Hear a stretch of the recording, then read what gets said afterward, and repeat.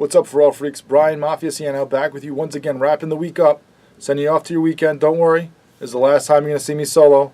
Carver High is back on Monday. We'll do a little duo, bouncing things off each other with the topics going on in sports. Scotty's back on Tuesday, so soon my ugly mug will be off your Facebook feed. But for now, here I am talking about a feud going on in the NBA that I think is pretty ridiculous. And no, I'm not talking about Oakley versus Dolan. That's been going on way too long. I'm not talking about Durant versus Westbrook that they keep shoving down our throats.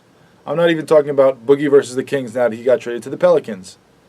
The one I'm going to talk about right now is the one that we just had come out today about Shaq versus the Warriors. Yes, the entire Warriors team. Now, it started with Shaq doing his normal Shaq in a Fool segment on TNT, where he keeps bashing JaVale McGee. Has done it time and time again in the past, and now they did a special one last night where they just played all these clips of Shaq making fun of McGee. Now, McGee's a decent player for the Warriors. He's been very good for them this year. Not a superstar like, of course, the big four that they have there, but he's been a very nice piece, working well for them. And Shaq just keeps ripping on this guy. Now, you're a professional athlete. You're going to take flack. You've got to be less sensitive, but I can understand him being a little upset because of the way that Shaq just seems to really pick on him. He really goes after this guy all the time. I can understand him being a little ticked off, but then it goes to Twitter. And these Twitter wars, no one wins. Everyone looks stupid. It's ridiculous. These guys go on and make these comments, and they don't think about what they're saying half the time. Just shoot off at the mouth, or in this case at the fingers, and just say things that blow things out of proportion to make it awful. It's stupid. I hate Twitter wars. I don't get into them. It's ridiculous to do this in front of the public eye like these guys do too often. If you got a problem with a guy, call him up. Get his number, track him down. I'm sure someone has Shaq's number on that team. You can call him up and be like, dude, what's your problem with me? This is ridiculous.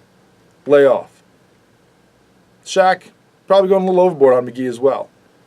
You don't got to hammer the same guy over and over again. There's plenty of guys in the NBA that make themselves look like idiots. To do a whole segment on the one guy and every mistake he's ever made, it sucks. It sucks for him. It's got to be embarrassing. No one's really right in this scenario. And I can't blame KD and Kerr for coming to McGee's aid and saying, this is ridiculous, man, back off, it's not cool. I think KD is going a little overboard when he's talking about how Shaq really had no skill. And even though he was a great player, it was only great because he was bigger and stronger than everybody. And just going after him for his airballed free throws. But you know what? If Shaq's going to make fun of people, then he's fair game as well. And usually he's much more open to it, much more laughable about it. To me, the bigger situation here is what's going on in a lot of sports media right now, which is that everybody is only about clickbait and saying ridiculous things to get people to watch their videos, to talk about their shows, to write stories about them. And it's gone on over and over again way too long. And it's not just TNT. They're just a big part of the big organism right now of sports media and the way this is going. I mean, we've seen the way that sports media is shrunken as newspapers and things like that, print journalism, how those are going away, and how real journalists are being knocked out of jobs because everybody just wants these guys that are going to say provocative and stupid things just to get attention, just to get a reaction, just to get people going and talking about them. We saw it start at ESPN when they did, First Take and how that developed into things and things like Around the Horn and PTI. Some of those shows started out great. Some of them started as good debate shows, no problem. Guys actually giving their opinions. That's what sports talk is about.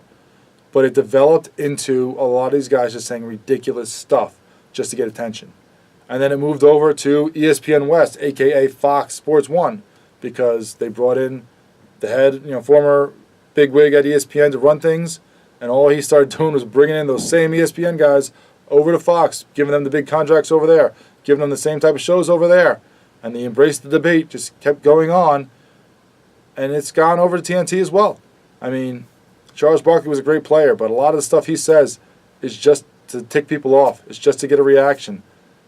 The whole segment with Kevin Garnett, where he can say whatever he wants. He's got the cuss button that he keeps forgetting to hit and keeps saying bad stuff on air that you're not allowed to say. That's all that. I think the Shaq and the Fool segment kind of started out as something fun, just poking fun at people because that's the way Shaq is, but obviously it has evolved to something else where it's just hammer McGee. And you know what? Of all the guys that analyze games, I think they're all great. I think Kenny Smith is great. I think he's, kind of the straight man there and just gives good analysis. Ernie Johnson's, of course, great. I mean, the whole show is an award-winning show. And I think Shaq is a very intelligent guy. He knows the game, was a historian of it, before he played. Still loves it now, and I think really follows it. And I think does a great job when he's breaking down a game. But there's too much, I think, of just trying to be funny, trying to be, hilarious, and let's watch, and what are they going to do next? They're zany, and, it just doesn't work for me. I think there's too much of that right now in media. There's just too much of guys trying to be ridiculous, trying to be bombastic, trying to be outrageous so that you go and watch their show or click on the video highlights of the show or read the stories about what they said, sit there with bated breath wondering what they're going to say next. It shouldn't be about outraging people. It should be about breaking down the game. It should be talking about what's happening and giving legitimate opinions, and I don't think there's enough of that in sports media. I'm not just talking about the TNT show. I'm not just talking about one channel or one show or any of that. It's sports media in general right now. And that's what spurs things like this, where guys just say ridiculous, outlandish stuff to get a reaction, and then it gets that reaction, and then we all talk about it. And obviously, I got dragged into it. I'm talking about it too. I probably should have just left it alone. But unfortunately, that's not the way it works.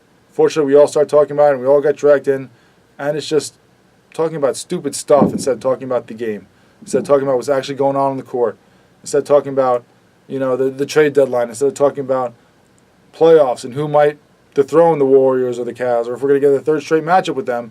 Instead, today, we're talking about things like this, and it drives me nuts. So I think that's something that we have to change throughout sports media in general. And you know what? It's the same situation as with these owners and the stupid things they do, like James Dolan, where, they're not going to listen to you. We're not going to do what you want as long as their bottom line is not affected.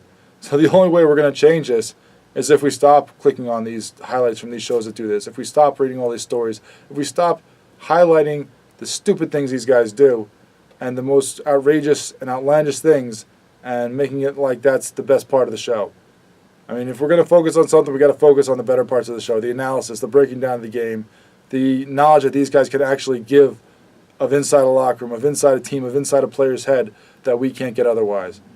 Because as long as we keep clicking on Charles Barkley cursing about what Spike Lee thinks about the Knicks, or as long as we keep clicking on Shaq, just bashing JaVale McGee, or as long as we keep clicking on KG not hitting the curse button on his show, they're just going to keep doing it because they keep getting viewers and they're going to keep getting sponsors. So if we want to change it, we got to change it ourselves by not paying attention to this kind of stuff. So I'll see you guys next week. Have a great weekend. Scott will be back on Tuesday on Ferrall on the Bench.